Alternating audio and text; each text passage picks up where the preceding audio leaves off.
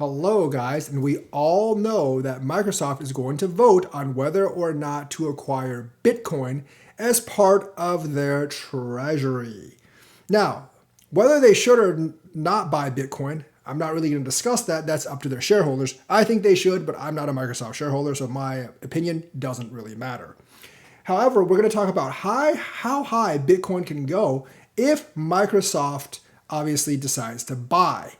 Now, I do think there is a very significant chance that Microsoft shareholders will actually vote to acquire Bitcoin. It'll probably be done in steps, and that's kind of up to the board, but it will be an inflow. So to actually determine this, we got to look at Microsoft's cash position. Obviously, they're going to only buy Bitcoin with their cash position. They're not going to take out debt to buy Bitcoin because, they kind of have a business to run as well.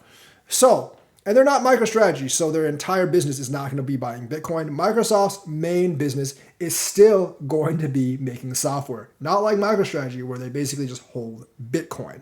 Because Microsoft, obviously, one of the biggest software vendors in the world. Now, their cash position right now is $76 billion. That's right, Microsoft is sitting on a giant pile of $76 billion in cash, which they can use to allocate to different assets.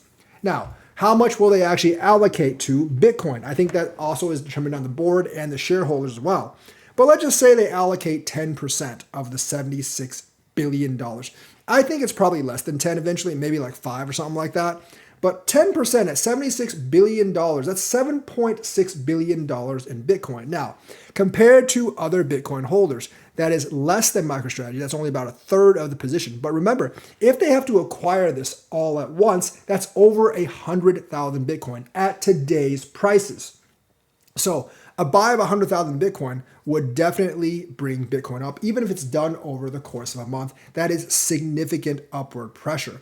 Now, obviously, if you buy 100,000 Bitcoin all at once, one giant buy, it's going to shoot the price up $10,000, $20,000 or more. But Microsoft is not stupid, so they're obviously not going to do that. I mean, I wish they would do that, but they're not going to do that. They're probably going to allocate it over like a couple of months of acquiring it. And they have several different ways of acquiring it. They can buy Bitcoin directly, like MicroStrategy. They can buy the ETF, or they can use some kind of derivatives, kind of like derivative strategy. I'm not going to talk about the derivative strategy thing because that's really, really hard to price. Bitcoin ETF, they basically buy the ETF from BlackRock. BlackRock has to buy the Bitcoin. BlackRock has their own ways of acquiring Bitcoin, OTC, and stuff like that, but that would still be significant upward pressure.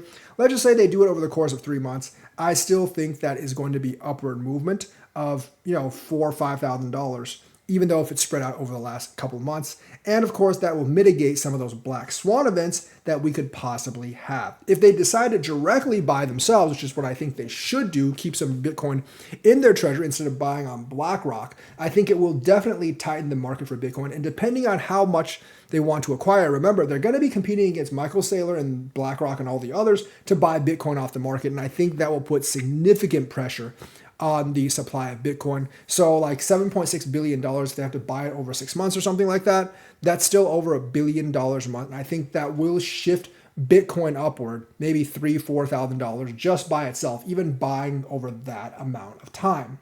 So, you might be thinking shifting $3,000, $4,000, that's really nothing. That's true. It is really nothing. But that's only Microsoft itself. That's one entity. That's not including all the FOMO and all the other entities that are buying as well. That's just the extra pressure that Microsoft would actually put onto the market if they allocated 10%, just 10% of their free money right now, of the $76 billion in free money, to buy Bitcoin. Obviously, if they buy Bitcoin with the entire $76 billion, by the way, that's not going to happen because they want to buy other things as well and they have a business to run, like I said. That would obviously be like 3 or 4 times what MicroStrategy has, and that would be insane. But let's just say they allocate 10%. I do believe that it would actually have a cumulative effect of over maybe $4,000 on the price of Bitcoin upward. And that's in addition to all the other upward pressures from the other companies, other institutions, and just general FOMO overall. So I think that's the effect that Microsoft would actually have if they decided to buy Bitcoin, because they would want to acquire it over a couple of months, probably not all at once. But even that's a huge amount of Bitcoin to actually acquire. Microsoft obviously has a lot of free cash. That means they can buy a lot of Bitcoin, and they'll have to go through a lot of votes and board meetings before they actually do so. So I wouldn't depend on Microsoft to buy Bitcoin soon, but maybe they'll have to in the midst of the bull run or maybe during the bear market, and that would actually help mitigate some of the effects of the bear market. And if Microsoft buys, you can bet a lot of other tech companies and a lot of other companies are going to buy crypto as well, and Bitcoin more specifically. So that's the news for today. Let me know what you think. Like and subscribe, hit that bell notifications button. Thank you and have a nice day.